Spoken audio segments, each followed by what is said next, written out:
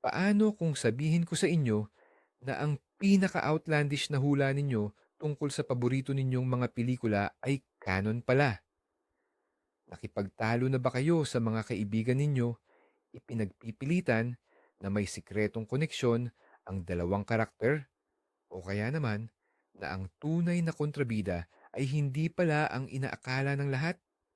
Ngayon, sisidlan natin ang mundo ng mga fan theories na nagsimula lang bilang chismis at diskusyon sa mga forum, pero nag-evolve para maging opisyal at kumpirmadong katotohanan. Humanda na kayo, babalatan natin ang 50 hindi kapanipaniwalang pagkakataon kung saan ang mga manonood ay napatunayang mas matalas pa sa mga script writer at nahulaan ang ilan sa pinakamalalaking plot twists sa kasaysayan ng pelikula at serye. Pagkatapos ng videong ito, iba na ang magiging tingin ninyo sa mga Easter eggs at maliliit na detalye. Sino ang nakakaalam? Baka ang sarili ninyong baliw na teorya ang susunod na mapabilang sa listahang ito.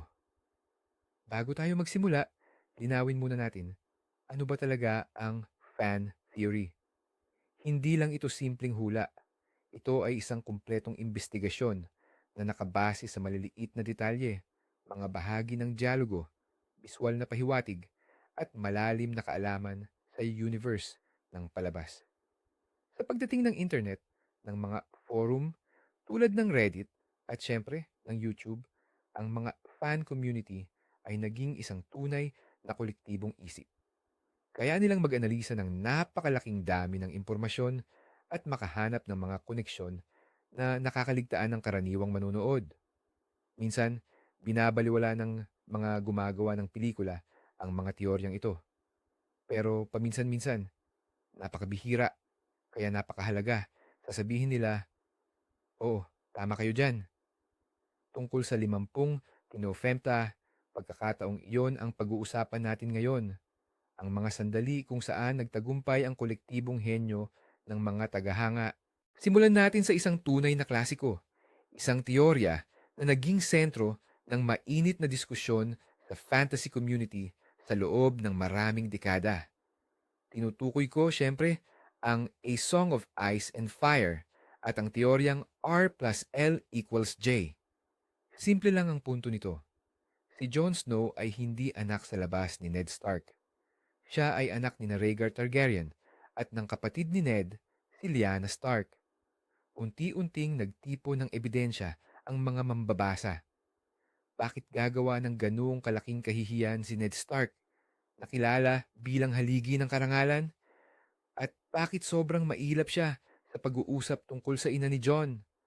Ang pinakamalaking pahiwatig ay ang huling mga salita ni Lyanna sa kaniyang kapatid sa Tower of Joy. Pangako, Ned, ipinapalagay ng mga tagahanga na humihingi siya ng proteksyon para sa kaniyang sanggol mula kay Robert Baratheon na nanumpa na uubusin ang lahat ng lahi ng Targaryen. Mismo ang pamagat na A Song of Ice and Fire ay nagpapahiwatig ng alyansa sa pagitan ng mga Stark na sumisimbolo sa yelo at mga Targaryen na sumisimbolo sa apoy. Ilang taon ang lumipas ng pagtatalo hanggang sa ika-6 na season ng seryeng Game of Thrones. Ipinakita ang pangitain ni Bran. Dito, nasaksihan natin ang bata pang si Lyanna na namamatay habang hawak ang kaniyang bagong silang na anak na isinuko niya kay Ned. Ito ay isang matinding tagumpay para sa fan deduction na tuluyang nagpabago sa politikal na aspeto ng Westeros at ginawang legal na tagapagmana si Jon Snow ng Iron Throne. Dumako tayo sa mundo ni Harry Potter. May isang teorya rito na pagamat parang napakamadilim at hindi ka panipaniwala, ay siya palang nagbigay linaw sa buong istorya. Ito ang teorya na si Harry Potter mismo ay isa sa mga Horcrux ni Lord Voldemort. Matagal nang naguguluhan ang mga tagahanga sa koneksyon sa pagitan ng batang nabuhay at ng Dark Lord. Bakit nagagawa ni Harry na magsalita ng parseltonge, ang ahas na wika na tanging mga tagapagmana lang ng Slytherin ang nakakagawa. Bakit laging kumikirot ang kaniyang peklat kapag malapit si Voldemort o kapag nakakaranas ito ng matinding emosyon? At bakit magkamukha or kambal ang kanilang mga wand? Ang pinakamahuhusay at mapanuring mambabasa ay naghaka-haka. Noong gabi na tumalbog ang killing curse kay Harry at bumalik kay Lord Voldemort, ang kaniyang kaluluwa na noon pa may baluktot na ay muling nahati at ang bahaging ito ng kaluluwa ay kumapit sa tanging buhay na nilalang na natira sa silid, ang sanggol pa lamang na si Harry.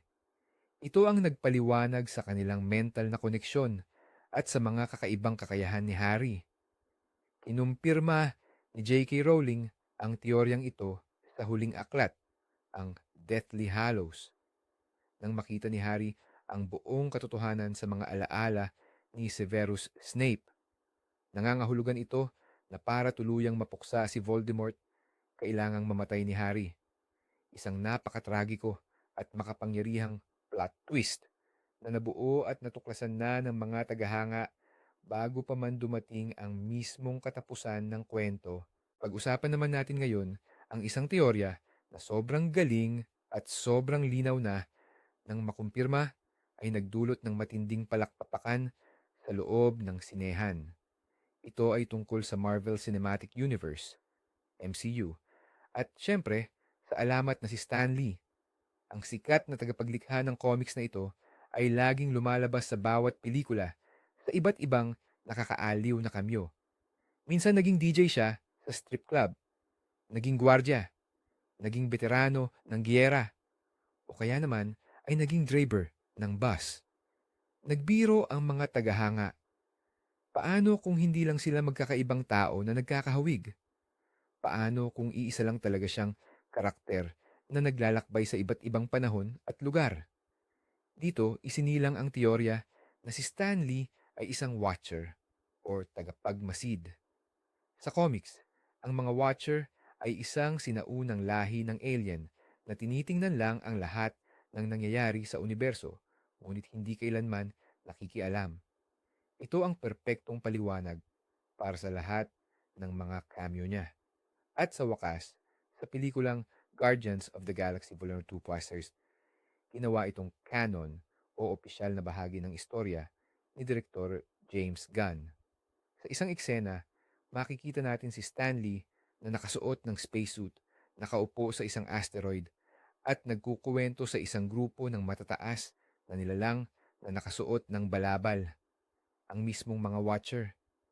Sinabi niya, noong ako'y delivery guy na direktang tumutukoy sa kanyang cameo sa Captain America Civil War.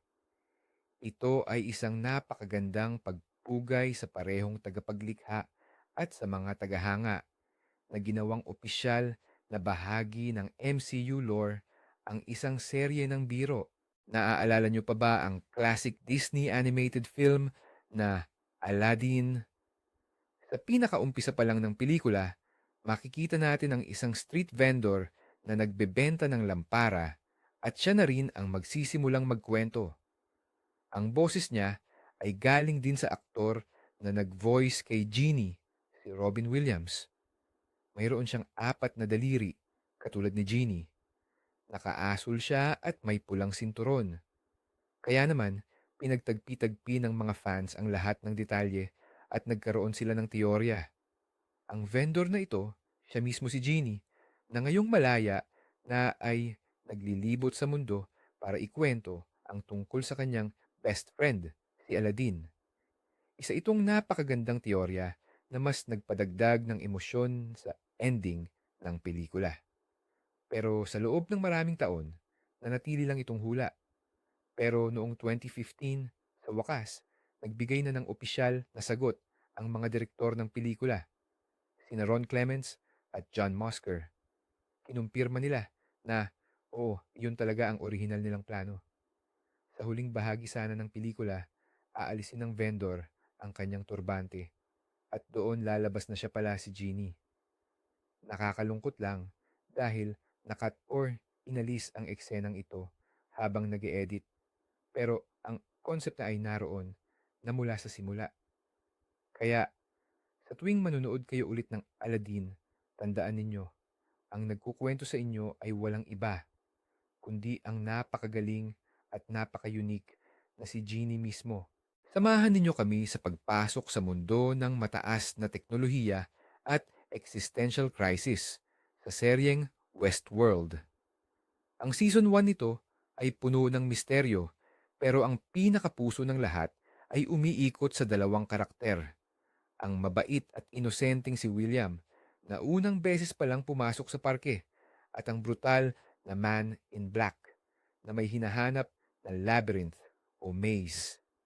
Mabilis na nakita ng mga fans sa Reddit ang mga di pagkakatugma at nagteorya sila na dalawang magkaibang timeline ang pinapakita ng serye ng sabay at si William at ang Man in Black ay iisa lang, magkaiba lang ang edad. Napakadami ng ebidensya.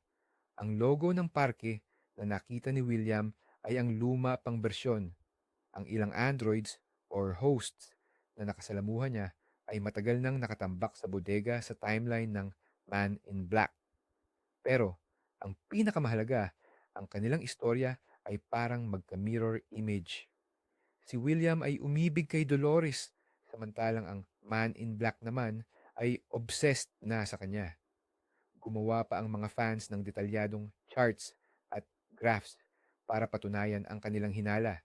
At sa season finale, kumpirmado ang kanilang teorya, 100%.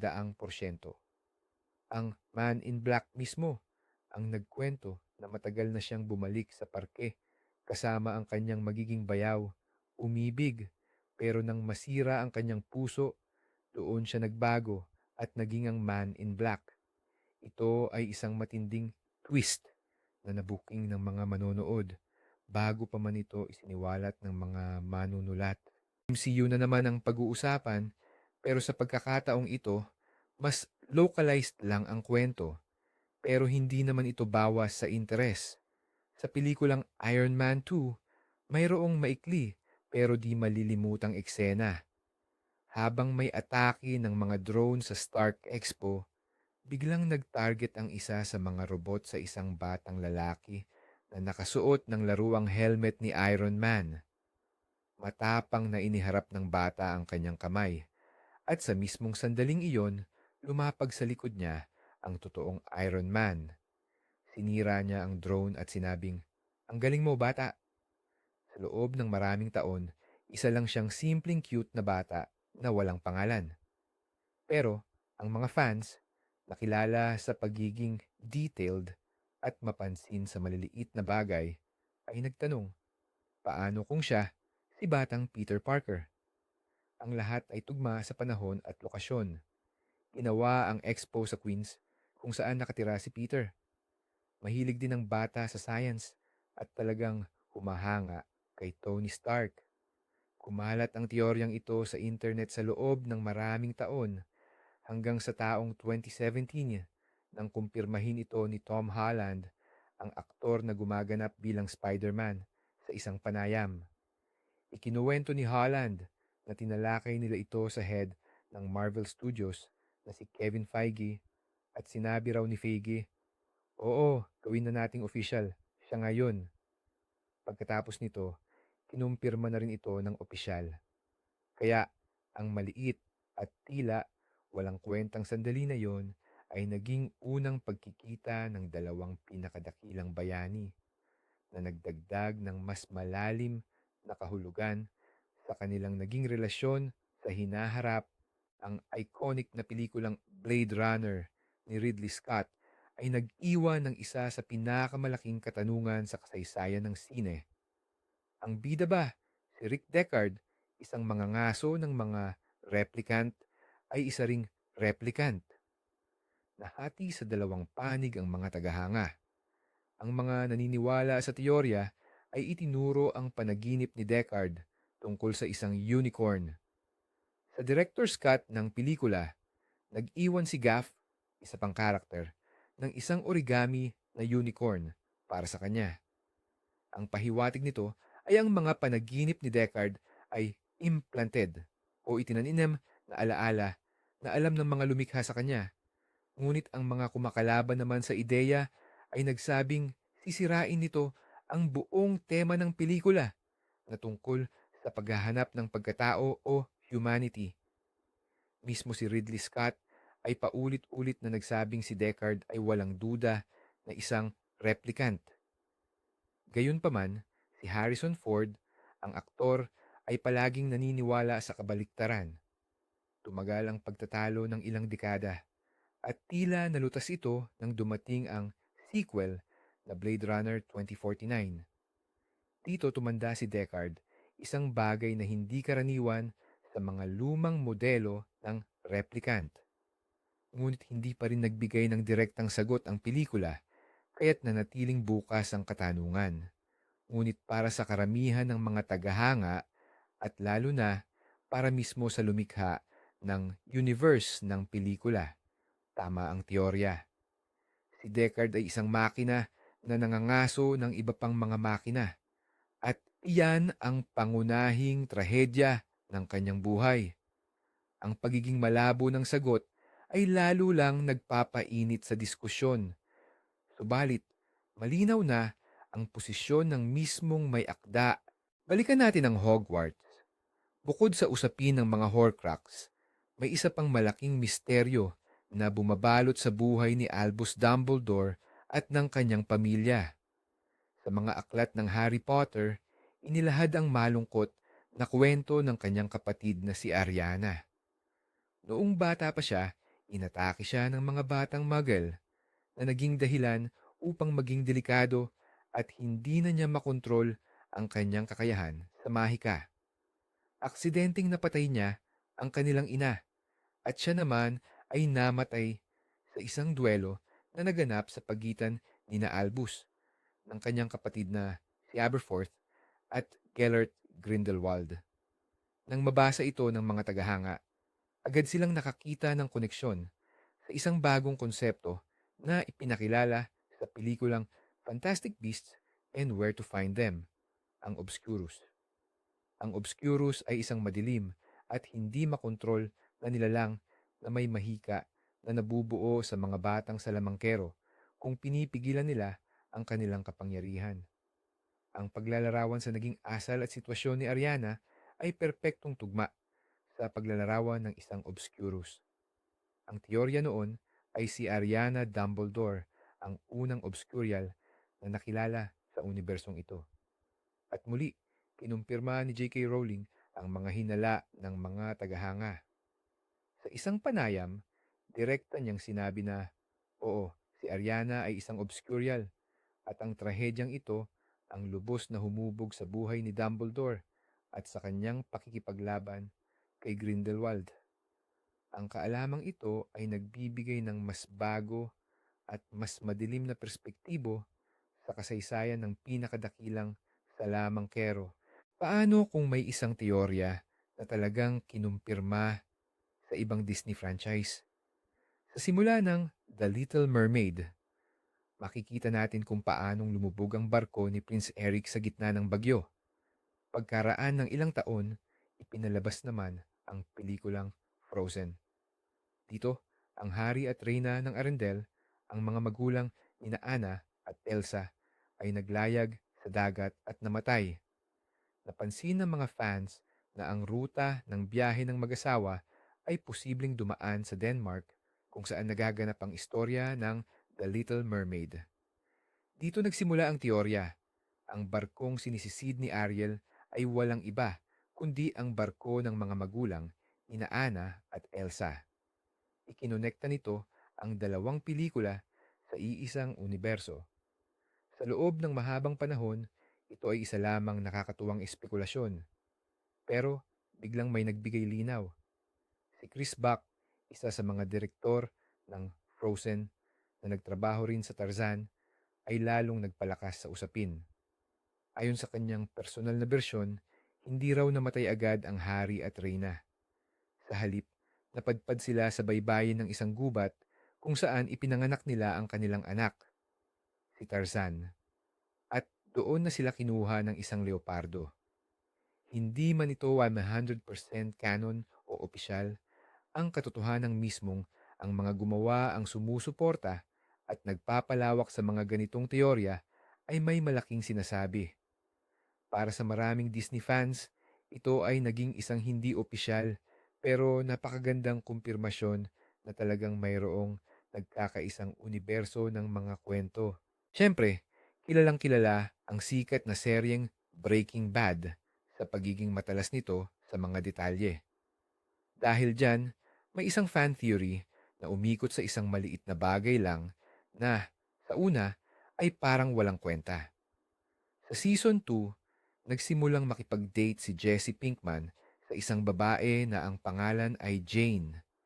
Ang tatay niya, si Donald, ay isang air traffic controller. Nang pabayaan ni Walter White na mamatay si Jane dahil sa overdose, ang tatay niya, na lubos na nalulunod sa kalungkutan, ay nagkamali sa trabaho. Nagkamali siyang nagpadiretso sa dalawang eroplanong pangpasahero kaya nagkaroon ng matinding plane crash sa ibabaw ng Albuquerque. Pero sabi ng mga fans, hindi lang ito simpleng pagkakataon. Kaya nagsimula silang maghalungkat sa serye, naghahanap ng anumang pahiwatig tungkol sa mga eroplanong ito bago pa man mangyari ang trahedya. At, syempre, may nahanap sila. Sa isang episode, bago pa maging matindi ang sitwasyon, may balita sa TV tungkol sa isang nawawalang painting ni Georgia O'Keeffe. Sa pagtatapos ng ang season, nang ipakita ang mga piraso ng eroplano, may nakita silang isang pink na teddy bear na may isa lang mata, ang mismong teddy bear na kasama sa nawawalang painting. Ibig sabihin, matagal nang nagpapahiwatig ang serye tungkol sa trahedya at ikinonekta pa ito sa sining, isang bagay na sobrang mahal ni Jane. Kinumpirma naman ng creator ng serye na si Vince Gilligan na sadyang inilagay ang lahat ng detalyeng ito. Hindi lang ito tsamba, isa itong napakagaling na halimbawa ng script writing kung saan mahalaga ang bawat mumunting bagay. At ang mga fans, nagawa nilang i-decode ito. Lumipad tayo patungo sa isang napakalayo at liblib na kalawakan. Bago pa man ipalabas ang Episode 7 ng Star Wars, ang pinakamalaking misteryo ay ang pinagmula ng bagong pangunahing bida, si Rey. Dosenang teorya ang binuo ng mga tagahanga. Anak daw siya ni Luke Skywalker o kaya naman apo ni Obi-Wan Kenobi. May nagsabi ring siya ang reinkarnasyon ni Anakin. Pero mayroon ding isang mas madilim na teorya na itinuro ng ilang detalye. Ang kanyang estilo ng pakikipaglaban ay masyadong agresibo, nakahawig ng estilo ni Palpatine. Ang kanyang kapangyarihan sa Force ay likas at hindi nangailangan ng mahabang pagsasanay, isang bagay na nagpaalala rin sa Emperor. Dito na isinilang ang hinala. Si Rey ay lahi ni Darth Sidious, si Emperor Palpatine. Maraming hindi nagustuhan ang teoryang ito. Tila napakakaraniwan at prangka para sa kanila. Gayunpaman, ang pelikulang Skywalker, The Rise of Skywalker, ang nagkumpirma rito. Nalaman natin na si Rey ay apo ni Palpatine na itinago ng kanyang ama sa Jakku upang iligtas siya mula sa kanyang lolo. Bagaman, nagdulot ito ng matinding debate sa fan community, hindi maitatanggi na ang mga tagahahanga na tumaya sa teoryang ito ay nagtagumpay. Nakita nila ang mga pahiwatig kung saan ang iba ay aksidente lamang ang nakita at sa huli ay nahulaan nila ang isa sa pinakamahalagang balangkas ng bagong trilohiya. Isa sa pinakapamosong pelikula na may sorpresang ending ay ang The Sixth Sense ni M. Night Shyamalan. Pero paano kung sabihin ko sa inyo na marami ng manonood ang nakahula sa pangunahing twist bago pa man magtapos ang pelikula? Simple lang ang teorya. Ang karakter ni Bruce Willis, si Dr. Malcolm Crowe, ay patay na pala mula pa sa simula. Napatay siya ng kanyang dating pasyente noong mismong unang eksena. Ang lahat ng interaksyon niya sa mundo pagkatapos noon ay ang pakikipag-usap lang niya kay Cole, ang batang alam nating nakakakita ng mga patay. Napansin ng mga mapagmasid na manonood ang ilang palatandaan. Si Malcolm ay hindi nakikipag-usap sa iba bukod kay Cole. Patuloy siyang binabaliwala ng kanyang asawa na para bang wala lang siya doon. Hindi niya mabuksan ang pinto ng kanyang opisina at suot niya pa rin ang damit na suot niya noong gabing siya ay namatay. Noong una itong lumabas, marami ang nagsabing spoilers lang ito o kaya'y gawa-gawa. Ngunit ang huling eksena kung saan nalaman ni Malcolm ang katotohanan ang naglinaw sa lahat. Ito yung pagkakataon na ang teorya ay napakaluhikal at sinusuportahan ng matibay na ebidensya, kaya ang kumpirmasyon nito ay naging formalidad na lang. Ang pelikula mismo ang nagbigay ng lahat ng pahiwatig at ang mga pinakamapagmasid na tagahanga ay nagawang buuin ng lahat ng ito sa isang malinaw na larawan. Ang seryeng Doctor Who ay puno ng misteryo. Pero isa sa mga pinakanakakaintriga at matagal nang gumugulo sa isip ng mga fans ay, sino ba talaga si River Song? Siya ang misteryosang archaeologist na alam ang kinabukasan ng Doctor, pero para sa kanya, isa lang siyang estranghero. Ang kanilang timelines kasi ay naglalakbay sa magkasalungat na direksyon. Sa unang pagkikita nila, alam na niya ang pangalan ng doktor at handa siyang mamatay para sa kanya. Pero kapag siya naman ang nakikipagkita kay River, wala siyang kaide-ideya kung sino ba talaga ito. Naglabas ang mga fans ng napakaraming teorya tungkol sa pinagmulan niya. Ang pinakasikat at pinaka-wild na hula nila na si River Song ay si Melody Pond, ang anak ng mga kasama, companions, ng doktor na sina Amy at Rory. Sinusuportahan ito ng ilang clues. Sa isang episode, ibinulong ni River sa doktor ang tunay nitong pangalan, isang bagay na tanging ang pinakamalapit lang sa kanya ang makakagawa. At sa isa pang episode, lumabas na ang salitang river pala sa wika ng isang tribo sa Gamma Forests ay nangangahulugang song. Ang scriptwriter na si Stephen Moffat ay talagang naglaro sa isip ng mga manonood, pero sa huli, kinumpirma niya ang haka-hakang ito. Sa episode na A Good Man Goes to War, nabunyag na ang anak ni na Amy at Rory ay dinukot para gawing sandata laban sa doktor. At sa pagtatapos ng episode, inihayag ni River na siya nga ang lumaking Melody Pond. Isa itong nakakagulat at emosyonal na sandali na saktong-sakto namang nahulaan ng mga fans. Sa mundo ng comics, mayroong isang kwento na matagal nang itinuring na isang matapang at malikhaing kasang-isip lang ng mga tagahanga. Ito ang sikat na arc o istorya, ang The Killing Joke ni Alan Moore, na naglalahad ng isang bersyon ng pinagmulan ni Joker. Sa dulo ng kwentong ito, matapos ang isang madugong labanan, nakatayo sa ilalim ng ulan sina Batman at Joker. Nagkwento si Joker ng isang biro tungkol sa dalawang baliw na gustong tumakas sa mental hospital. Pagkatapos ng biro, pareho silang tumawa. Ngunit sa huling panel, biglang naputol ang tawa ni Batman at umabot ang kamay niya sa balikat ni Joker. Ang hinala ng mga tagahanga ay ang pinakamasahol. Sa sandaling iyon, tuluyang nasira si Batman at nilabag niya ang pinakapangunahin niyang prinsipyo. Pinatay niya si Joker sa pamamagitan ng pagbale sa leeg nito. Ito raw ang ipinahihiwatig ng biglang pagputol ng tawa at ng pagiging malabo ng pamagat. Ang nakakamatay na biro. Sa loob ng maraming taon, isa lamang itong interpretasyon. Ngunit noong 2013, isang napaka-autoridad na manunulat ng Batman, si Grant Morrison, ay buong pusong sinuportahan ang teoryang ito sa isang podcast. Aniya, malinaw sa kanya ang katapusan. Pinatay ni Batman ang kanyang kalaban. At bagamat hindi ito kinikilalang 100% canon, ng buong DC Universe ang katotohanan na kinumpirma ito ng isa sa mga pangunahing ideolohista sa likod ni Batman ang siyang nagpapatunay na halos opisyal na ang hula ng mga tagahanga.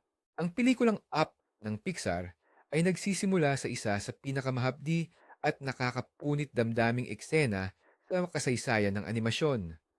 Ipinapakita rito ang buong buhay ni na Carl at Ellie, ang kaniyang asawa. Matapos mawala si Ellie, nagdesisyon si Carl na tuparin ang pinagsaluhan nilang pangarap, ang magtungo sa Paradise Falls. Pero paano kung hindi lang iyon ang kwento? May isang malaking teorya ang mga tagahanga na si Carl Fredricksen ay namatay habang natutulog. Noong gabi bago pa siya dalhin sa nursing home. Sa madaling salita, ang kaniyang paglalakbay lula ng lumilipad na bahay ay ang kaniyang daan patungo sa kabilang buhay. Maraming bagay ang sumusuporta sa teoryang ito. Ang bahay na sumisimbolo sa koneksyon niya sa mundo ang nag-aangat sa kaniya pataas, up, patungo sa langit. Si Russell, ang bata, ay sinasabing ang kaniyang guardian angel na naghahangad na makuha ang kaniyang pakpak, ang badge para sa pagtulong sa mga matatanda. At ang Paradise Falls ay literal na ang paraiso. Samantala, si Charles Mance, ang kontrabida ng pelikula, ay ang fallen angel na hindi na pinapayagang makapasok sa langit.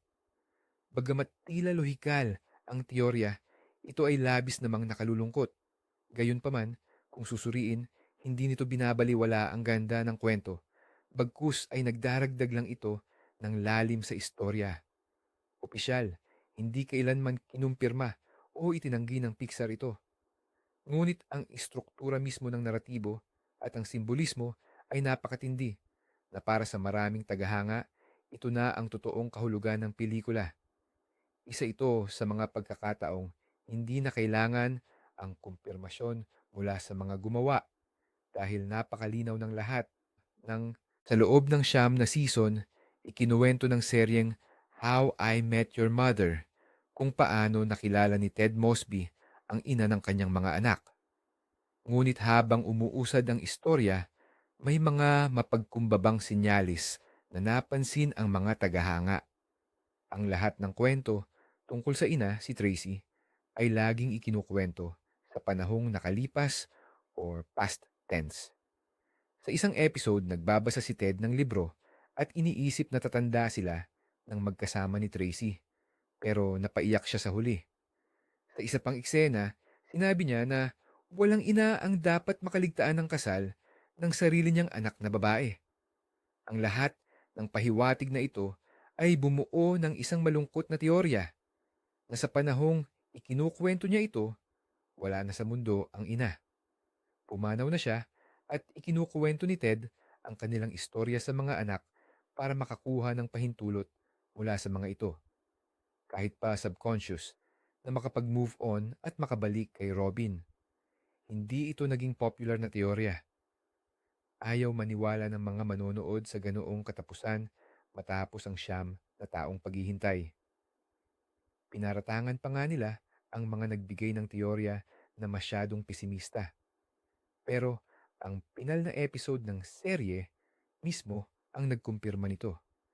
Talagang namatay si Tracy dahil sa sakit at sa huli, nagkabalikan si Ted at Robin. Nagdulot ito ng matinding pagkadismaya, ngunit ang mga fans na talagang nagbigay pansin sa mga pahiwatig ay tama pala. Nahulaan nila ang mapait na katotohanang matagal nang itinago ng mga scriptwriter. Ang pelikulang Alien ni Ridley Scott ang nagbigay buhay sa isang napakalaking universe ng kwento. Pero sa unang pelikula pa lang, may isang misteryo na bumabagabag sa mga tagahanga. Sa planetang LV-426, natagpuan ng crew ng Nostromo ang isang barko ng lahing alien na kalaunan ay tinawag na space jockeys. Sa loob ng barko, natuklasan nila ang isang dambuhalang piloto na punit ang dibdib at isang bodega na puno ng mga itlog ng xenomorph. Nag-isip ang mga tagahanga, Ang mga napakamatalinong nilalang na ito ba ang lumikha ng nakamamatay na biological weapon na ito? O naging biktima rin sila nito? Ayon sa teorya, ang mga jockeys ay hindi ang lumikha, kundi sila ang tagahakot o carrier lamang. Natagpuan lang nila ang mga itlog sa ibang planeta at dinala nila ito, marahil para pag-aralan. Ngunit may isa raw na nakawala na siyang pumatay sa buong crew ng barko. Ipinaliwanag ng teoryang ito kung bakit nag-emergency landing ang barko at kung bakit patay na ang piloto. Pagkalipas ng ilang dekada, bumalik si Ridley Scott sa universe na ito sa pelikulang Prometheus. At doon, ganap niyang kinumpirma ang hinala ng mga tagahanga. Sa Prometheus, ipinakita sa atin ang lahi ng mga engineers na sila ring mga jockeys na hindi lumikha mismo ng xenomorph kundi isang itim na likido na nagpapabago o nagmu-mutate sa mga buhay na organismo. Ang mismong classic koi na xenomorph pala ay resulta lang ng isang hindi inaasahang sunod-sunod na impeksyon o pagbabago. Kaya tama nga ang mga tagahanga. Ang crew ng Nostromo ay hindi napunta sa isang imbakan ng sandata, kundi sa lugar ng isang biological disaster or biolohikal na sakuna.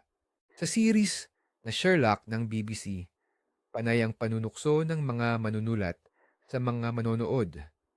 Parati silang nag-iiwan ng mga reference mula sa orihinal na akda ni Conan Doyle.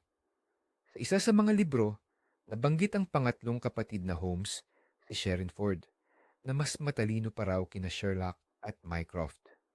Kaya naman, agad inakala ng mga tagahanga na lilitaw din siya sa paborito nilang palabas. Punong-puno ng pahiwatig ang lahat. Sa isang episode, sinabi ni Mycroft, "Wala akong ganang makinig sa mga pag-iinarte ng bata, Sherlock. Alam mo na kung ano ang nangyari sa isa pa." Nag-viral agad ang linyang iyon. Siguradong sigurado ang lahat na ang tinutukoy niya ay ang pangatlong kapatid. Dito nagsimula ang spekulasyon. Kontrabida ba siya? Lihim ba siyang tumutulong kay Sherlock? Pero ang katotohanan, mas nakagugulat. Pagdating ng Season 4, nabunyag na mayroon ngang pangatlong anak ang pamilya Holmes. Pero hindi ito lalaki, kundi babae, si Eurus. Si Eurus ay henyo, pero isa ring saykopata. Noong bata pa siya, sinunog niya ang kanilang lumang mansyon at inakala ng lahat na namatay siya roon. Ang totoo, itinago siya ni Mycroft sa isang lihim na kulungan para sa mga pinakamapanganib na kriminal.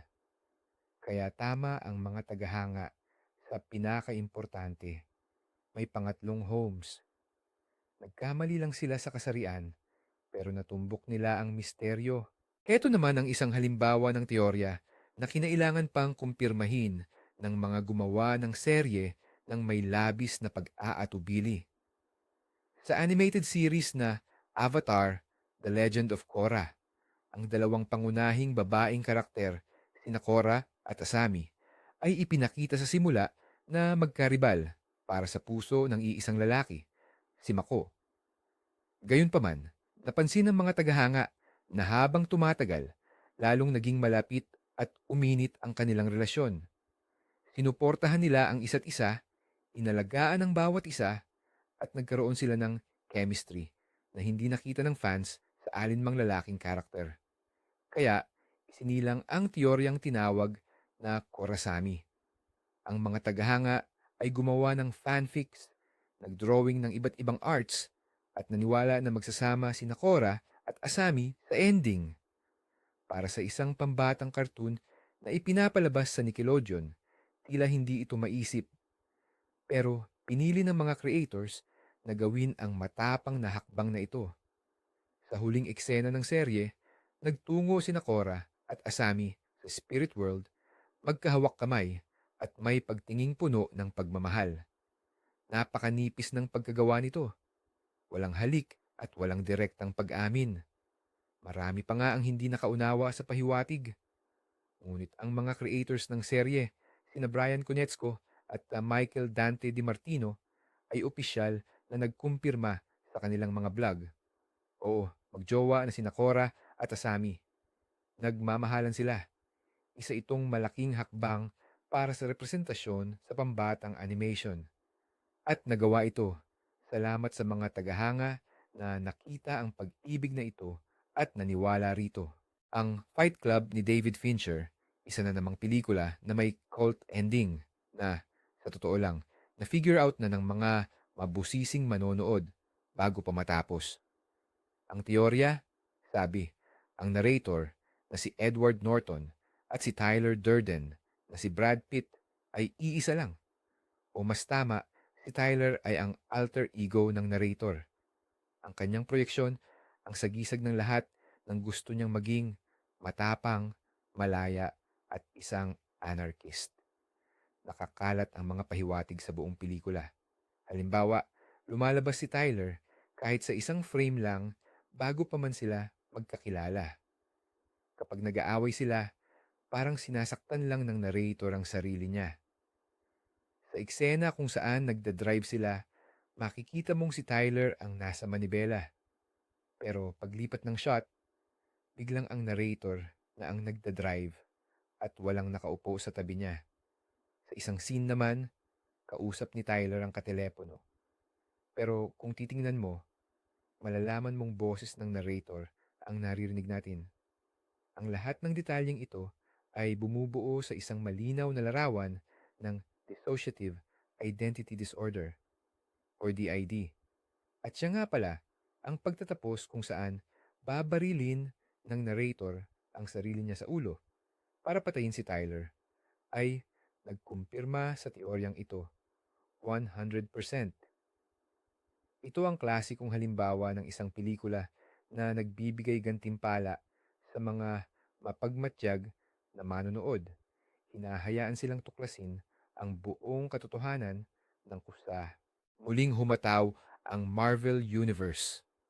Matapos ang pelikulang Avengers Endgame, ang pagkislap, snap, ni Thanos na nagpawi ng kalahati ng populasyon at ang pagkislap naman ni Hulk na nagpabalik sa lahat, nag-isip ang mga tagahanga, ano kaya ang magiging kapalit nito?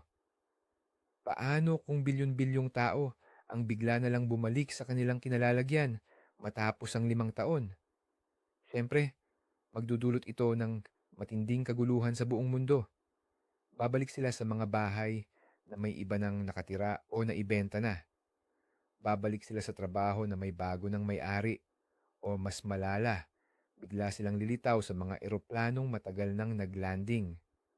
Ito ang nagpausbong sa teorya na ang mga epekto ng the blip ay talagang nakakabahala at ito ang magiging central na tema ng mga susunod na MCU projects. At ang serye na The Falcon and the Winter Soldier ay ganap na bumuo ng kanilang kwento base sa teoryang ito. Nakita natin ang isang mundong pilit umaahon mula sa napakalaking kaguluhan. Nagkaroon ng mga refugee camp para sa mga nagbalik mula sa blip. Sumulpot din ang mga teroristang grupo na naniniwalang mas maayos ang mundo noong panahong si Thanos pa ang namamayani. Ang mga hangganan sa pagitan ng mga bansa ay tila nawala. Ipinakita ng serye na ang pagbabalik ng mga bayani ay hindi naging isang masayang katapusan. Sa halip, ito ay naging simula ng isang bago, komplikado, at lubhang magulong mundo. At ang mga tagahangang naghula na mangyayari ang ganito ay lumabas na saktong-sakto ang kanilang prediksyon. Grabe ang dami ng misteryo sa seryeng Lost, kaya halos linggo-linggo may bago talagang fan theory na lumalabas. Pero isa sa pinakauna at pinakasikat na teorya ay tungkol sa karakter ni John Locke. Sa simula pa lang, ipinakita na sa atin na bago ang plane crash, paralisado si John at nakasakay lang sa wheelchair. Pero pagdating niya sa isla, nagkaroon siya ng milagro. Gumaling siya at nakalakad siyang muli. Dahil dito, inisip ng mga fans na hindi lang ito simpleng himala. Ang isla ay may kakaibang kapangyarihang mistiko at nakapagpapagaling. Nagsilbing pundasyon ang teoryang ito para sa buong daloy ng istorya at paulit-ulit itong pinatunayan ng palabas. Si Rose, na may cancer, ay nakaramdam na malusog siya habang nasa isla. Kaya nitong magpagaling ng mga sugat at kalaunan ay nabunyag na may kakayahan pa itong manipulahin ang oras at espasyo. Sa huli, natuklasan na sa sentro ng isla ay mayroong pinagmumula ng enerhiya, isang uri ng liwanag na siyang dahilan ng lahat ng anomalya. Kaya ang hula ng fans tungkol sa healing power ng isla ay hindi lang pala tama, kundi ito pa ang naging susi para maintindihan ang buong mitolohiya ng serye. Naunawaan na agad nila ang buod at layunin ng Show mula pa lang sa mga unang episodes. Ang pelikulang Inception ni Christopher Nolan ay nag-iwan sa mga manonood ng isa sa pinakamainit na pinag-usapang ending sa kasaysayan ng sinehan. Patuloy na umiikot ang spinning top o ang totem ng bida, si Dominic Cobb. Kung bumagsak ito, ibig sabihin nasa realidad siya. Kung hindi, panaginip lang. Ang problema, nag-fade to black ang screen bago natin malaman ang sagot. Pero hindi sumuko ang mga fans. Naglabas sila ng isang theory na hindi nakadepende sa umiikot na top. Ito ang theory tungkol sa wedding ring. Napansin ng mga mapanuring manonood na suot lang ni Cobb ang wedding ring niya kapag nasa loob siya ng panaginip. Sa mga eksenang nangyayari sa totoong buhay, sa reality, wala siyang singsing. Ngayon, tingnan natin ang final scene. Dadaan si Cobb sa airport, makikita niya ang kanyang mga anak, at wala siyang wedding ring sa kamay. Para sa mga fans, ito ang naging matibay na ebidensya. Ang ending ay nangyayari sa reality at nakauwi na talaga si Cobb. Si Christopher Nolan mismo ay umiiwas sa direktang sagot. Sinasabing para kay Cobb, hindi na raw ito mahalaga. Pero hindi niya kailanman dininay ang clue tungkol sa singsing. Isa itong maliit na detalye na madaling makaligtaan, pero nagbigay ito ng malinaw na sagot sa pangunahing tanong ng pelikula. At ang detalye na ito ay natuklasan mismo ng mga fans sa Disney animated series na Gravity Falls. Ang mga palaisipan at misteryo ay hindi lang pangdagdag sa kwento. Ito ang mismong puso at kaluluwa ng buong serye. Sa bawat episode, mayroong mga naka-encrypt bash na mensahe na matagumpay na nilutas ng mga tagahanga sa pamamagitan ng paggamit ng iba't ibang uri ng cipher.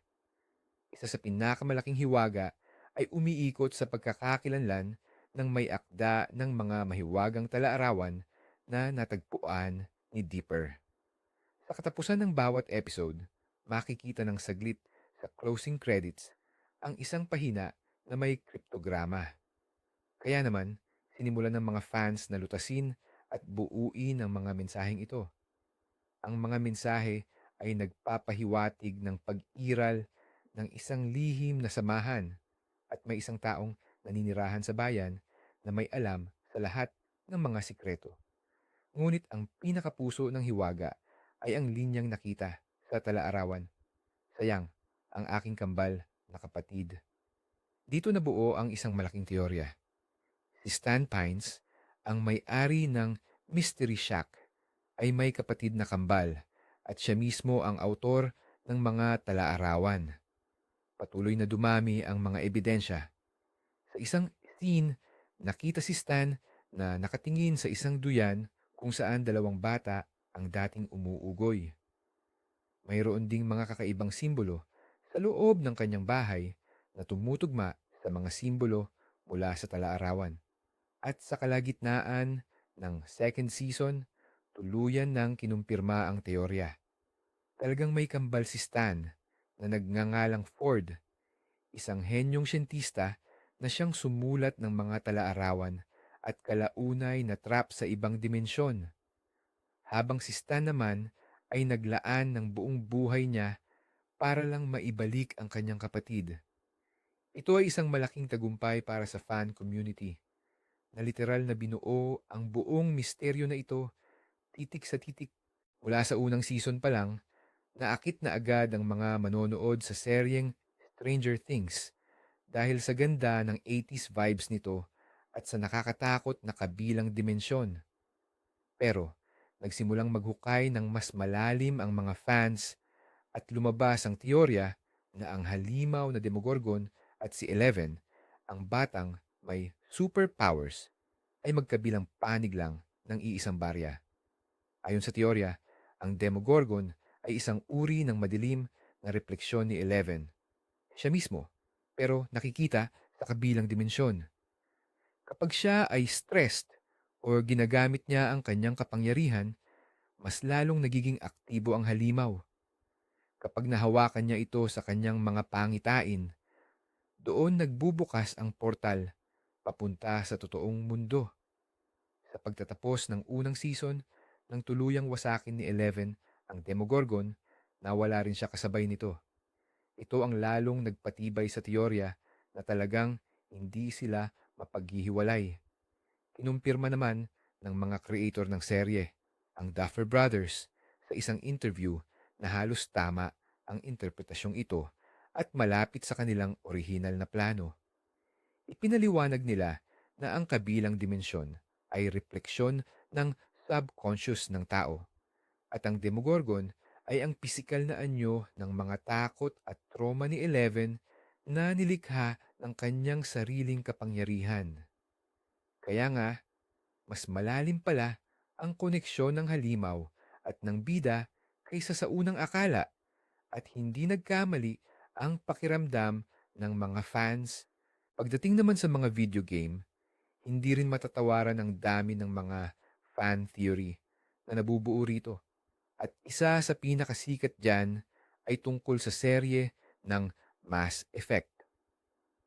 Sa ending ng pangatlong part, kailangan pumili ni Captain Shepard ng desisyon na siyang magtatakda sa kapalaran ng buong kalawakan.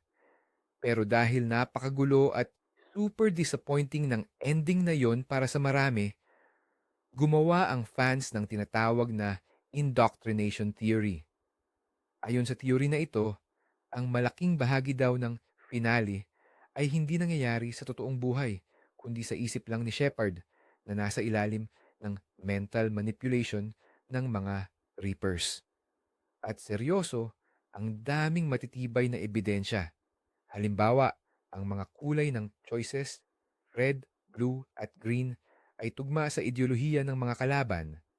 May mga sound effect na parang may distortion at ang mga characters parang ang weird ng mga kilos. Sabi ng fans, ang tamang choice daw talaga ay ang destroy na siyang red option kasi ito lang ang nagpapahintulot kay Shepard na mabuhay at manalo laban sa mental effect na yon. Ang mga developers ng BioWare matagal na hindi umimik pero kalaunan ay naglabas sila ng extended version ng ending na may dagdag detalye. At kahit hindi nila diretsong kinumpirma ang theory, maraming bagong eksena at dialogue ang perpektong sumakto rito. Para bang kumindat lang sila sa fans at sinabing, tama ang hinala nyo. Kaya naman, para sa maraming players, itong theory na ito ang naging tanging canonical na paliwanag sa napakaka-controversial na finale. Balikan natin ang mundo ng Disney at pag-usapan ang mga kontrabida. Sa pelikulang Beauty and the Beast, si Gaston ang kilalang pangunahing kalaban. Mayabang siya, bastos, at baliw na baliw sa ideyang mapakasalan si Belle. Pero paano kung hindi pala siya ang tunay na kontrabida? Naglabas ng teorya ang mga fans na ang tunay na masama ay ang engkantada mismo, ang nagsumpa kay Prinsipe Adam. Tingnan natin ang mga ebidensya. Sinumpa niya ang isang batang lalaki na 11 taong gulang dahil hindi nito pinapasok ang isang hindi kilalang matandang babae sa gitna ng gabi. Dahil sa pangit nitong anyo.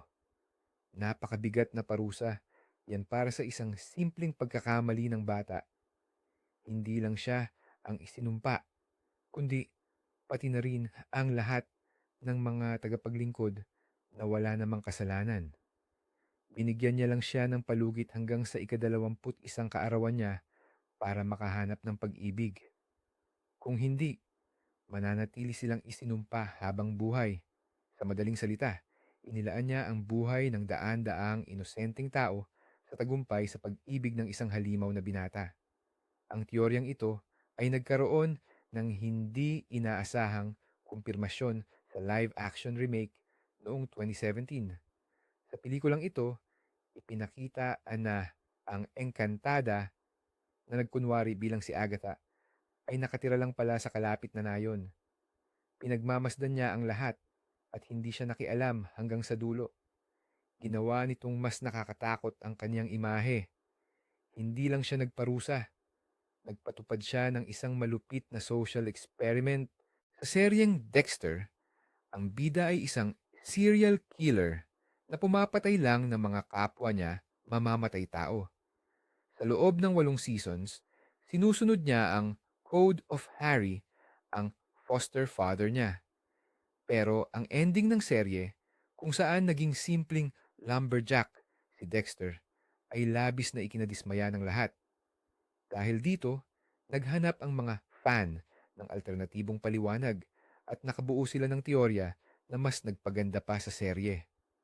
Ayon sa teoryang ito, halos lahat ng ipinakita sa series ay isang death vision ni Dexter habang siya ay nasa death row o silid ng bibitayin.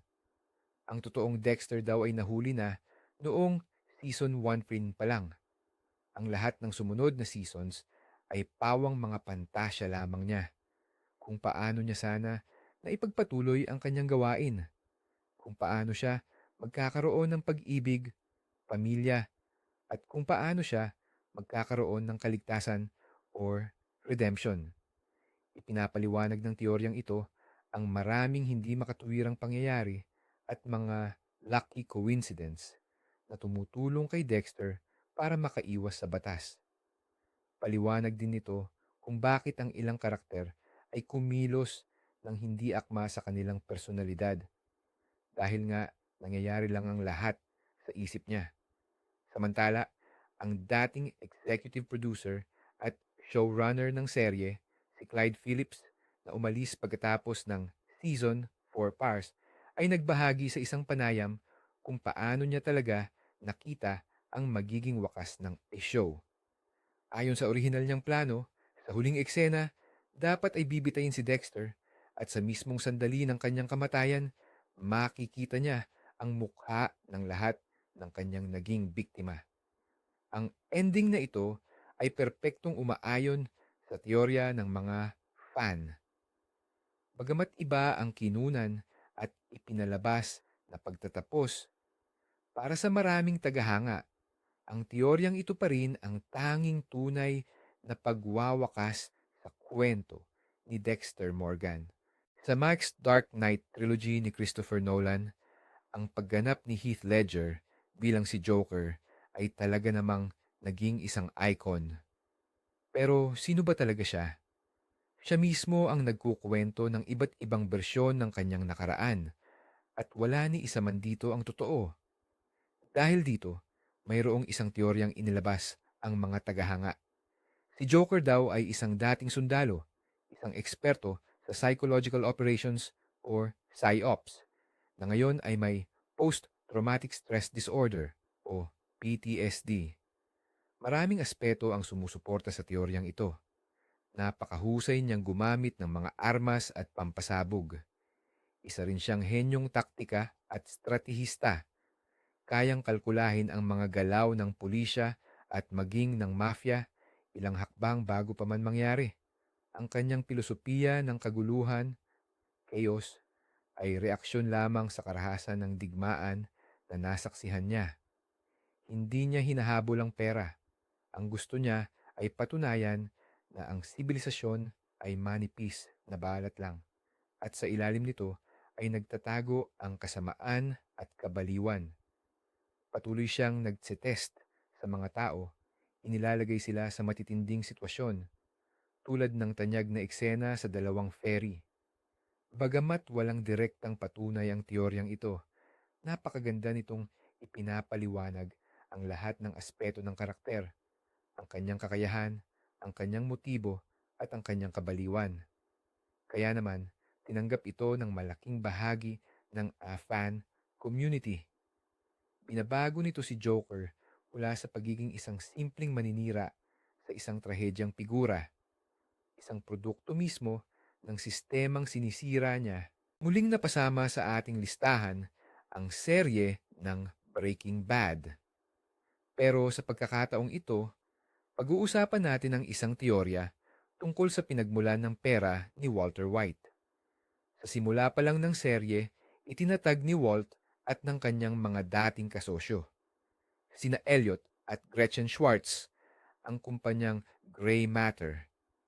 Ipinagbili ni Walt ang kanyang share sa halagang $5,000, $5,000 lamang. Pagkatapos nito, ang kumpanya ay umabot na sa bilyon-bilyong dolyar ang halaga. Ang opisyal na dahilan daw, natakot siya sa tagumpay kaya umalis. Ngunit ayon sa mga fans, ang tunay na dahilan ay mas malalim pa. Sabi ng teorya, ang gray matter ay binuo batay sa research ni Walt tungkol sa crystallography. Gayunpaman, nangangailangan ang research na ito ng mamahaling sangkap na hindi kayang bilhin ni Walt dahil isa lamang siyang mahirap na estudyante noon. Kaya naman, nagsimula siyang magluto ng methamphetamine para tustusan ang kanyang sariling scientific work. Ito ang nagpapaliwanag kung bakit napakadali at napakaprofesyonal niyang makapag-produce ng droga sa pilot episode. Ibig sabihin, mayroon na siyang karanasan at ang dahilan ng pag-alis niya sa kumpanya ay dahil nalaman ni na Elliot at Gretchen ang tungkol sa kanyang criminal past. Kaya binili nila ang share ni Walt para hindi masira ang kanilang reputasyon. Ang teoryang ito ay ginagawang isang trahedya ang buong serye. Ang kwento ng isang tao na nagsikap makawala sa mundo ng krimen. Pero sa huli, bumalik pa rin dito nang siya ay nagkaroon ng cancer. Hindi man ito direktang kinumpirma ng creator ng serye na si Vince Gilligan. Sinabi niya naman sa ilang interviews na gustong-gusto niya ang teoryang ito at may punto raw ito. Sa mundo ng Harry Potter, may isa pang sikat na teorya na konektado sa mga Deathly Hallows. Ang kwento ng tatlong magkakapatid mula sa aklat ni Beedle the Bard ay naglalahad tungkol sa tatlong wizard na nakapanlin lang kay kamatayan at nakakuha ng mga regalo mula sa kanya, ang Elder Wand, ang Resurrection Stone, at ang Invisible Cloak. Napansin ng mga fans na may nakakagulat na pagkakapareho ang kwentong ito sa kapalaran ng tatlong pangunahing bida. Si Voldemort, tulad ng panganay na kapatid, ay uhaw sa kapangyarihan at hinanap ang pinakamalakas na wand, at iyon ang naging sanhi ng kanyang pagkasawi. Si Severus Snape naman, tulad ng panggitnang kapatid, ay habang buhay na nagdalamhati at nangulila sa namatay niyang minamahal, si Lily Potter. Sa huli, namatay siya para lang muling makasama ito. Samantala, si Harry Potter, tulad ng bunso, ay tinanggap ang kanyang pagiging mortal. Ginamit niya ang invisible cloak hindi para sa kasikatan, kundi para sa proteksyon. At sa bandang huli, sinalubong niya si kamatayan na parang isang matandang kaibigan. Pero, mas lumalim pa ang teorya. Sino daw ba si kamatayan mismo sa kwentong ito? Walang iba kundi si Albus Dumbledore. Siya ang nagmay-ari ng lahat ng tatlong Deathly Hallows sa iba't ibang panahon. Siya rin, sa esensya, ang nagbigay kay Harry ng parehong cloak at bato. At ang pagkamatay niya ang naging katalista o nagpasimula para sa huling laban. Si J.K. Rowling, nang ikwento sa kanya ang teoryang ito, ay tuwang-tuwa at humanga. Nag-tweet pa siya ng, "Si Dumbledore bilang si kamatayan. Napakagandang teorya niyan. At pabor ako dyan. Dahil sa time travel, talagang naging confusing at masalimuot ang istorya ng Terminator franchise sa paglipas ng panahon. Pero pilit pa ring hinahanapan ito ng lohika ng mga fans. Sa pelikulang Terminator 2, Judgment Day, nalaman natin na ang Cyberdyne Systems Corporation ay gumawa ng Skynet gamit ang chip at kamay ng T-800 Terminator mula sa unang pelikula. Lumilikha ito ng isang time paradox. Ang Skynet ay nag-e-exist lang dahil nagpadala ito ng Terminator sa nakaraan upang masigurado ang sarili nitong pag-iral. Tinawag ito ng mga fans na loop ng tadhana, predestination loop. Sabi ng teorya, imposible raw putulin ng loop na ito at anumang pagtatangkang baguhin ang hinaharap ay magiging dahilan lang para matuloy ito. At ang pelikulang Terminator, Genesis, ay biglaang kinumpirma ang ideyang ito kahit pa sa twisted na paraan.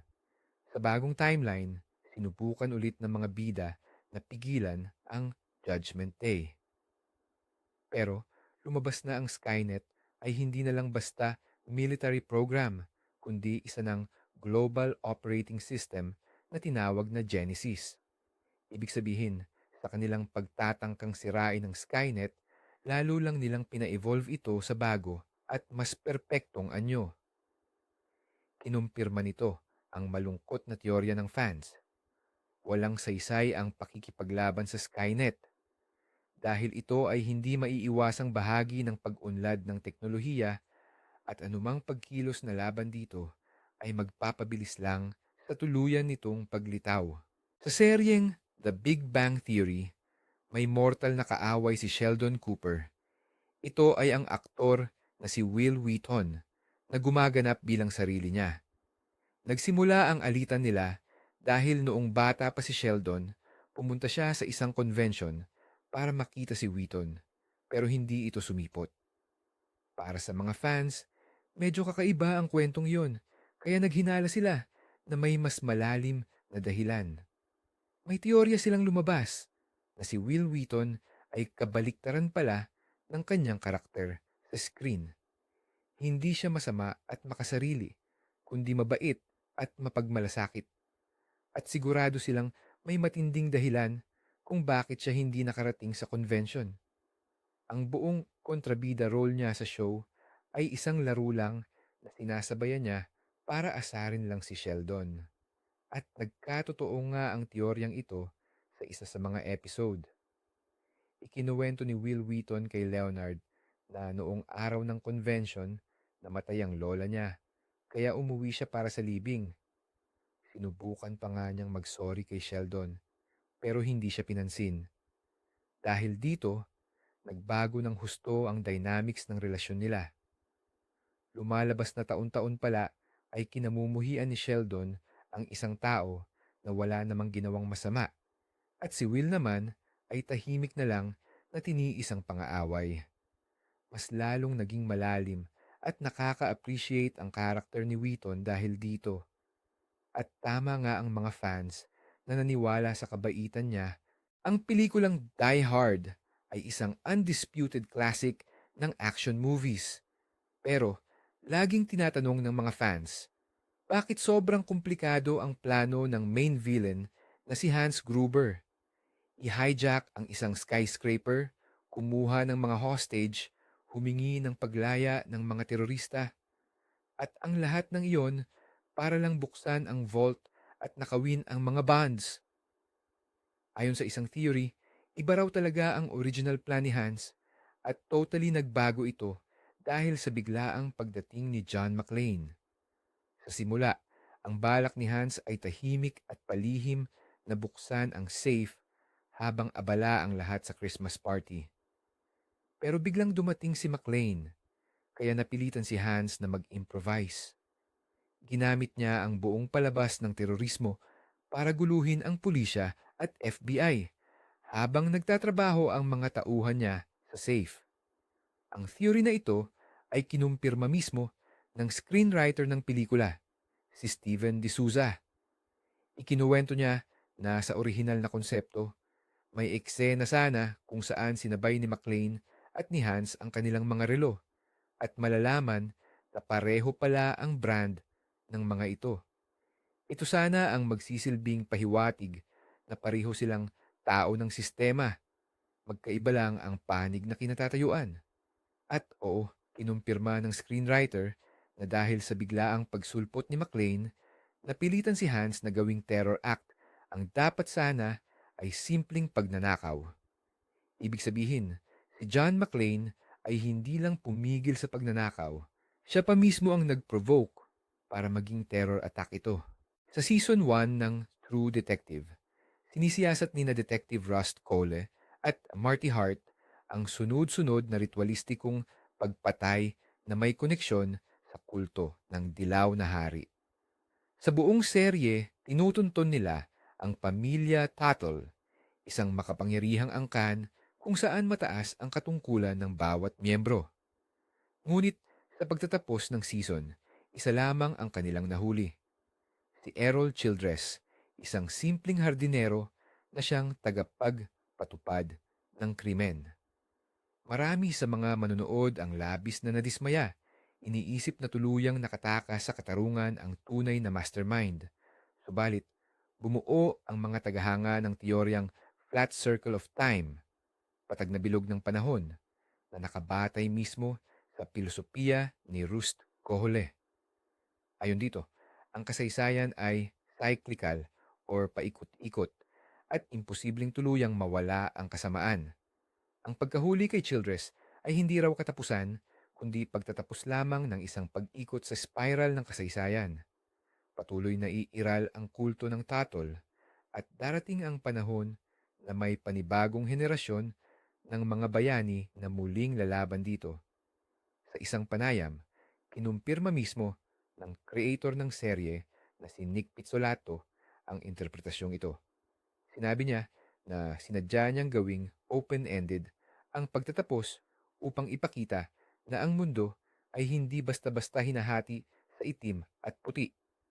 Nanalo ang mga detektib sa labanan pero hindi sa giyera at ang walang hanggang pakikibaka na ito sa pagitan ng kabutihan at kasamaan ay magpapatuloy ng walang katapusan. Kaya naman, ang mga tagahanga na nakakita sa finale hindi ng kahinaan ng script, kundi ng isang malalim na pilosopikal na ideya ay talagang tama. Ang seryeng Samurai Jack ay sumusunod sa kwento ng isang samurai na ipinatapon sa malayong hinaharap ng kontrabidang si Aku. Sa loob ng 4 na season, pilit na bumabalik si Jack sa nakaraan, ngunit ang naging katapusan nito ay nanatiling bukas o open-ended. Makalipas ang 13 taon, inilabas ang panglima at pangwakas na season at kitang-kita na ito ay mas madilim at mas pangkaranasan. Sa season na ito, nawala ni Jack ang kaniyang espada at kasabay nito ang kaniyang pag-asa. Napuna ng mga tagahanga na malaki ang ipinagbago ng mundo. Naging mas maras ito at higit na umabante ang teknolohiya. Dito nagsimula ang teorya na napakaraming panahon ang lumipas sa pagitan ng ika-4 at ika-5 season. Posibleng abutin pa ng ilang dekada. Huminto sa pagtanda si Jack dahil sa epekto ng kanyang paglalakbay sa oras, ngunit ang mundong ginagalawan niya ay patuloy na nagbabago sa ilalim ng pamamahala ni Ako. Kinumpirma ng mismong tagalikha ng serye, si Gendy Tartakovsky, na ang mga pangyayari sa ika-5 season ay naganap 50 taon matapos ang ika-4. Ipinaliwanag nito ang matinding kawalan ng pag-asa ni Jack, ang pagbabago ng mundo, at kung bakit naging ganoon na lamang siya kalupit at kapagod. Ang 50 taon ng walang tigil at walang saysay na paglaban ay tiyak na magpapabagsak sa kahit sino. Dahil sa kumpirmasyong ito, naging mas matindi at mas trahedya ang pangwakas na season. At muling napatunayan ng mga tagahanga ang kanilang kahusayan sa pag-unawa sa kwento. Sa universo ng Star Wars, may isang karakter na naging tampulan ng biro dahil sa isang pelikula. si Jar Jar Binks. Pero paano kung ang lampang-gunga na ito ay hindi talaga ang mukha niya? May lumabas na matinding teorya sa Reddit na nagsasabing si Jar Jar Binks pala ay isang makapangyarihang Sith Lord na lihim na nagmamanipula sa lahat ng pangyayari. Ang mga ebidensya, nakakagulat na kapanipaniwala. Si Jar Jar ay laging nasa tamang lugar at tamang oras. Ang kaniyang pagiging lamba sa labanan ay tila isang pambihirang martial art. Gumagamit din siya ng mga galaw na kahawig ng Jedi mind tricks para kumbinsihin ang iba. Siya pa mismo ang nagmungkahi na bigyan si Palpatine ng emergency powers na siyang nagbunga sa pagtatatag ng imperyo. Ayon sa teorya, si Jar Jar ay katuwang o alagad ni Palpatine na nagkunwaring tanga para hindi mahuli ang kaniyang tunay na intensyon. Ang aktor na gumanap kay Jar Jar, si Ahmed Best, ay kinumpirma na malaki ang katotohanan sa teoryang ito. Sabi niya, orihinal na mas masama at balak talagang gawing kontrabida ang karakter sa mga susunod na pelikula. Pero dahil sa matinding negatibong reaksyon ng mga manonood, umatras si George Lucas sa ideya at pinalitan si Jar Jar ng karakter ni Count Dooku. Kaya oo, konting-konti na lang ay nasaksihan na natin si Darth Jar Jar at talagang nahulaan ito ng mga fans. Kilala ang seryeng House of Cards. Dahil sa paglalahad nito, tungkol kay Frank Underwood, isang politikong handang gawin ang lahat. Kahit tumapak sa ulo ng iba, makamit lang ang kapangyarihan. Ang isa sa pinakapaboritong device ng serye ay ang pagbasag sa ikaapat na pader, breaking the fourth wall. Patuloy siyang nakikipag-usap sa manonood at ginagawa tayong parang kasabwat niya sa kanyang mga kasamaan. Pero para sa mga tagahanga, hindi raw iyon basta artistic technique lang. Lumabas ang teoryang nagsasabing para kay Frank, tayo, ang mga manonood, ay tila isang imaginary friend or di kaya naman ay isang personal na tagapagkumpisal. Confident niya. Posibleng nagsusulat siya ng kanyang memoirs or nagpapa-interview. Pero biglang nag-iba ang ihip ng hangin noong season 5 nang si Claire Underwood, ang kanyang asawa, ay tumingin din sa kamera at nakipag-usap sa atin. Dito na umusbong ang bagong teorya. Matagal nang alam ni Claire ang tungkol sa atin, tahimik lang siya at ngayoy inaagaw na niya ang manibela ng salaysay, narrative control.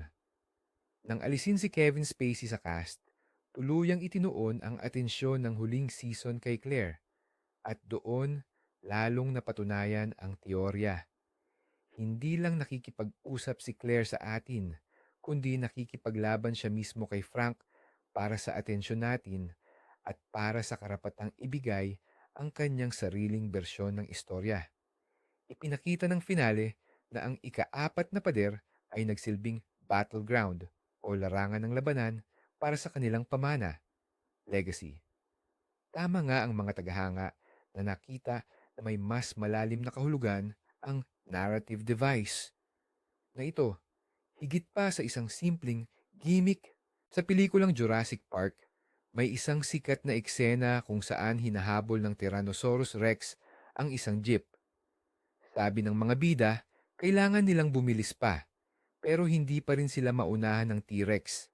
Ang nakita sa speedometer ng jeep ay mga 35 milya bawat oras. Agad namang nag-react ang mga paleontologist fans at sinabing imposible ito. Ayon sa kanilang kalkulasyon, ang isang T-Rex ay hindi kayang tumakbo ng mas mabilis pa sa 15 hanggang 20, 15 to 20 milya bawat oras. Dahil dito, naging isa itong kilalang movie blooper or pagkakamali sa pelikula. Pero sa Jurassic World, ipinakilala ang isang bagong teorya na ginawang katanggap-tanggap ang dating pagkakamali. Sa bagong parke, ang mga dinosaur ay ginagawa sa pamamagitan ng genetic engineering. Pinaghahalo ang DNA ng iba't ibang species para maging mas nakamamangha ang mga ito. Sabi ng isa sa mga karakter, walang dinosaur sa parke ang purong dugo o purebred. Palagi kaming naghahalo ng DNA ng palaka para punan ang mga butas sa genome. Ngayon naman, ginawa namin silang mas malaki, mas maingay, at may mas maraming ngipin. Ang pahayag na ito ang naging susi. Iminungkahi ng mga tagahanga na ang mga dinosaur sa orihinal na parke ay hindi rin puro. Ang DNA nila ay binago rin para maging mas mabilis at mas nakakatakot. Kaya naman, kaya ng T-Rex na tumakbo ng ganoon kabilis. Kinumpirma ni Colin Trevorrow, ang scriptwriter ng Jurassic World, na sinadya ang ideyang ito upang bigyang paliwanag ang mga pagkakamali sa unang pelikula. Kaya, ang isang fan theory ay nagretcon at itinuwid ang isang pagkakamali sa agham. Kilala ang seryeng Futurama sa pagiging nakakatawa, pero hindi rin ito nauubusan ng mga nakakaiyak at nakakaantig na eksena. Isa sa pinaka-pinag-usapan dito ay ang kwento ni Seymour, ang aso ni Fry. Sa isang episode, natagpuan ni Fry ang fossilized na labi ng aso niya at gusto niya itong i-clone. Pero, sa huling sandali, umatras si Fry matapos niyang makita na nabuhay pa si Seymour ng 12 taon matapos siyang mawala. Nagdesisyon si Fry na nakalimutan na siya ng aso at namuhay na lang ito ng masaya kasama ang bagong amo. Ang final scene kung saan pinakita na naghintay si Seymour kay Fry sa labas ng pizzeria sa buong natitirang buhay niya ay literal na nakadurog sa puso ng milyon-milyong manonood.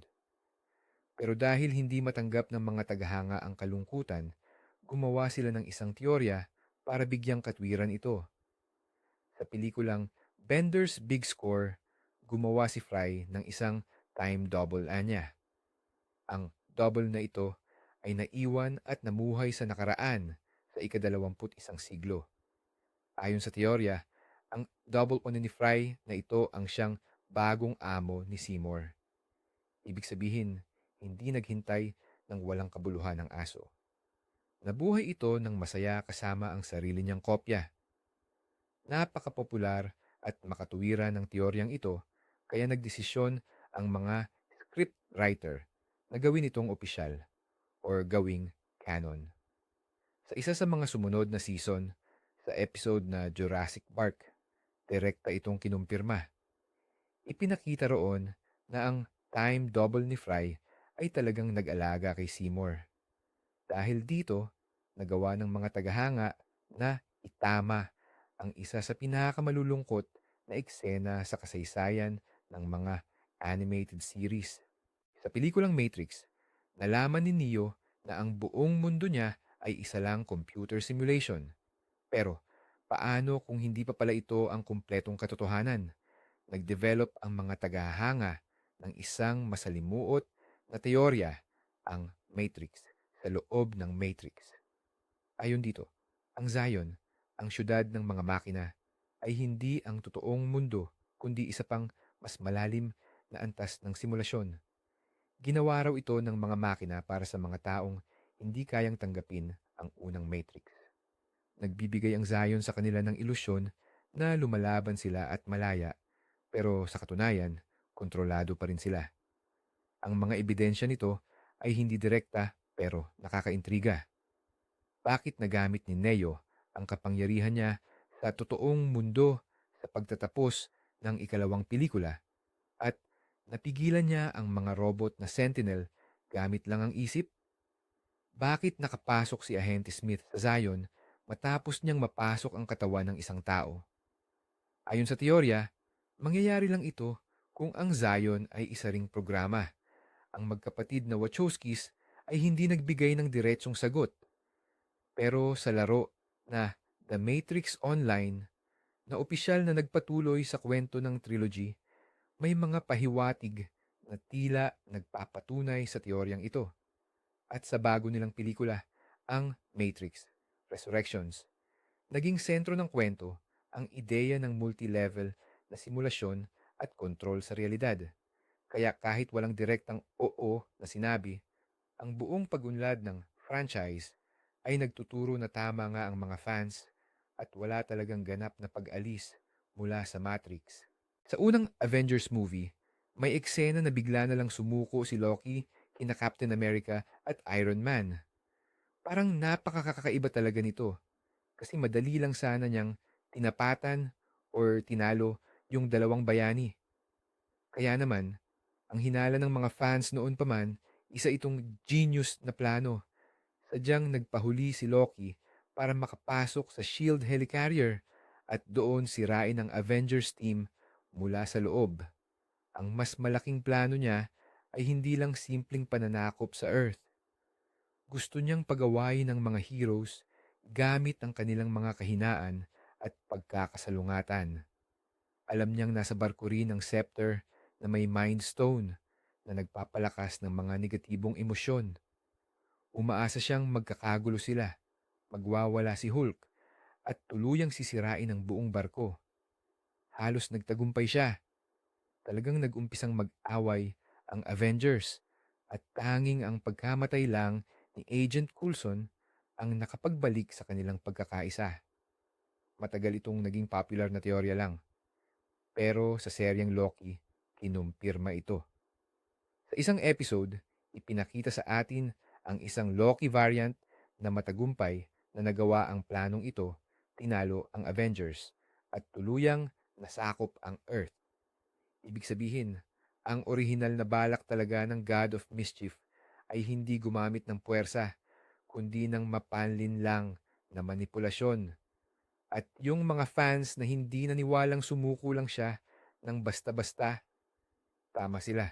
Nabasa na nila ang plano ni Loki noon pa man. Pa, ang pelikula ni Stanley Kubrick na The Shining ay isang hindi maubos na balon ng mga teorya para sa mga conspiracy theorist at matitinding tagahanga. Isa sa pinakakilalang teorya ay nagsasabing ang pelikula raw ay isang nakatagong pag-amin ni Kubrick na tumulong siya sa gobyerno ng US para pikein ang pagtapak ng tao sa buwan. Siyempre, parang baliw pakinggan pero nakakaintriga ang mga ebidensya. Ang batang si Danny, suot ang kanyang sweater, ay may disenyong Apollo 11 na rocket. Ang numero ng kwarto na ipinagbabawal puntahan ay 237. Ang average na distansya naman ng Earth sa buwan ay 238,000 miles. Paniwala ng mga fans, sinadya ni Kubrick na baguhin ang numero para ipahiwatig na may peke. Sa isang eksena, naglalaro si Danny sa isang carpet na tila may pattern ng launch pad. Nang tumayo siya, para bang nakita natin ang rocket na umaalis. Ang mismong kasaysayan ng Overlook Hotel na itinayo sa isang sementeryo ng mga Native American ay binibigyang kahulugan bilang metapora ng panloloko ng gobyerno ng Amerika sa sarili nitong mamamayan. Ang teoryang ito ay detalyadong tinalakay sa dokumentaryong Room 237. Walang siyempre, opisyal na kumpirmasyon ang lumabas. Pero dahil sa pagiging perfectionist ni Kubrick at sa pagmamahal niya sa simbolismo, marami ang kumbinsido na nag-iwan nga siya ng lihim na mensahe sa pelikula. Ito yung klase ng teorya na sobrang nakakakumbinsi na hindi na kailangan ng patunay. Ang kwento ng pag-iibigan ni na Pam at Jim ang sentro ng seryeng The Office. Pero laging palaisipan sa mga tagahanga. Ano ba talaga ang nakasulat sa sulat na inilagay ni Jim sa loob ng Tsaaanan, Teapot, para kay Pam noong Christmas episode ng Season 2? Binawi niya ito bago pa man nabasa ni Pam. At sa wakas, sa ikasyam at huling season lang, ibinigay ni Jim sa kanya ang sulat na iyon. Hindi man natin narinig kung ano ang nakasulat doon, kitang-kita naman natin ang reaksyon ni Pam. Umiiyak siya sa tuwa. Ilang taon nang nag-isip at naghakakahaka ang mga fans. Ngunit ngayon, isiniwalat na ni Jenna Fisher, ang aktres na gumanap bilang Pam, ang sikreto sa isang podcast. Ayon sa kanya, hiniling ng direktor kay John Krasinski na gumaganap bilang Jim na sumulat ng isang personal na liham pamamaalam. Pero hindi ito para kay Pam kundi para kay Jenna mismo bilang isang kaibigan at katrabaho na nakasama niya sa loob ng 9 na taon. Ibig sabihin, ang nakita natin sa screen ay hindi ang reaksyon ni Pam sa mga sinabi ni Jim, kundi ang tunay na reaksyon ni Jenna sa mga sinulat ni John. Ito ay isang napaka-personal at emosyonal na sandali na napagdesisyunan nilang panatilihin sa palabas. Kaya naman, ang matagal ng hinala ng mga fans na may nakasulat na napakahalaga at personal sa sulat ay nagkatotoo. Sa katunayan, ito ay mas nakakaantig pa kaysa sa inaakala ng marami. Sa pelikulang Toy Story, ang pinakakinakatakutan ng mga laruan ay ang paglaki ni Andy at ang tuluyan niyang pag-iwan sa kanila. Pero ano nga ba ang nangyayari sa mga laruan pagkatapos nito? Napansin ng mga tagahanga na sa isang eksena, ang nanay ni Andy ay nakasuot ng cowboy hat tas na halos kamukha ng sombrero ni Jessie, ang cowgirl, mula sa ikalawang bahagi. At sa Toy Story 3 lines, nalaman natin na si Jessie ay may dating may-ari na nagngangalang Emily, na lumaki rin at ipinamigay siya. Kaya naman, isinilang ang teorya. Si mama ni Andy ay walang iba kundi si Emily na lumaki na. Ito ang nagpapaliwanag kung saan niya nakuha ang cowboy hat at kung bakit napakainit ng pagtrato niya sa mga laruan ng kanyang anak. Siya mismo ay dumaan sa parehong paghihiwalay na ito. Dahil sa teoryang ito, nagiging mas cyclical at mas madamdamin ang buong kwento. Si Lipit, isa sa mga artista ng Pixar, ay tila kinumpirma ito ng hindi direkta sa isang panayam. Aniya, alam mo hindi ko pwedeng sabihin kung totoo yan o hindi, pero masarap isipin na ganoon nga. At kahit hindi ito isang official na pahayag, sapat na ito para sa karamihan ng mga tagahanga. Ito ay isang magandang detalye na perpektong nagtutugma sa mundo ng Toy Story at mas nagpapaganda pa rito. Sa mundong nilikha ng The Lord of the Rings, laging pinag-aawayan ng mga tagahanga ang tungkol sa papel ng mga agila. Bakit nga ba hindi na lang dinala ng mga ibong ito sina Frodo at Sam sa mismong bundok ng kapahamakan? Ang simpleng paliwanag diyan, kasi maaakit nito ang atensyon ni Sauron. Ngunit hindi tumigil diyan ang mga tagahanga.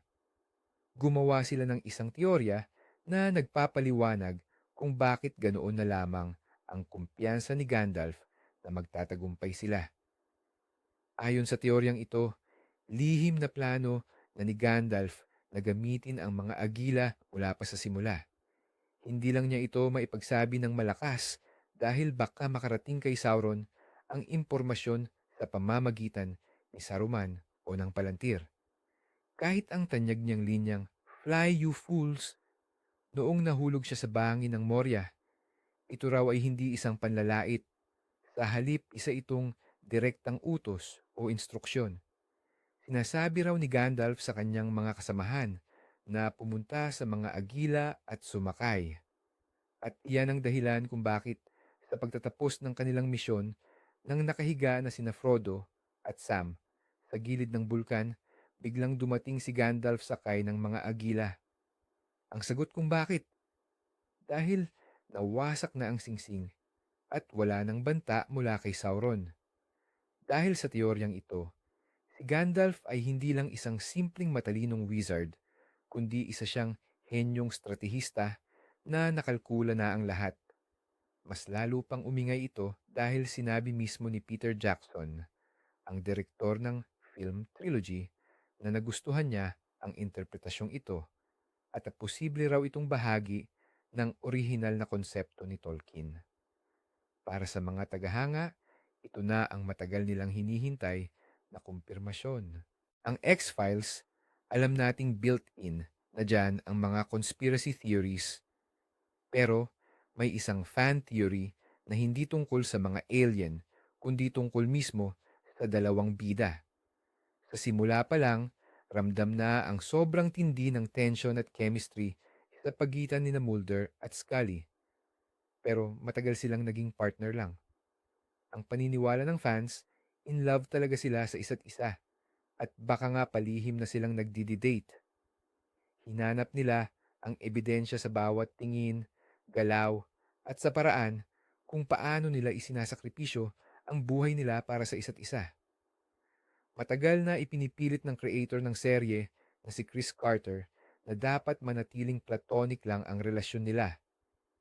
Pero sa season 7, sa episode ng Millennium, sa wakas ay naghalikan din sina Mulder at Scully, at sa mga sumunod na season at pelikula, nabunyag na may anak sila. Ito ang buong buo at walang dudang kumpirmasyon sa theory ng mga shippers, yung mga fans na gusto talagang magkatuluyan ang mga characters. Tama sila sa simula pa lang.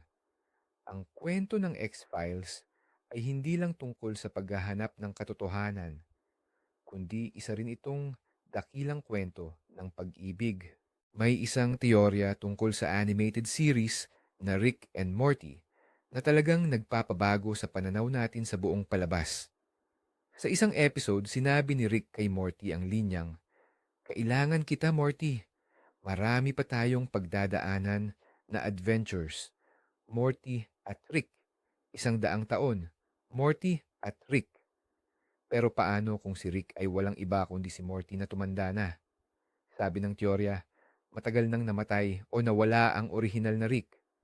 At itong Rick na pinapanood natin, siya ay si Morty mula sa hinaharap na naging kasing henyo at kasing siniko ng kanyang lolo.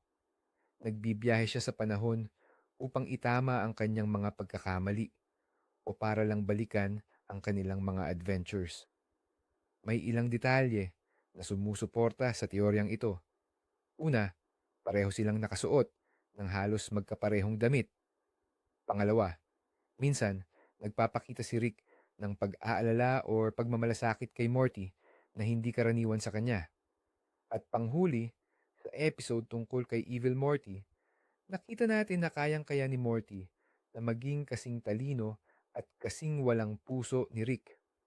Ang mga creator ng serye, sina Dan Harmon at Justin Roiland, ay mahilig makipaglaro sa mga tagahanga at hinding-hindi nila diretsong kinukumpirma ang anumang teorya.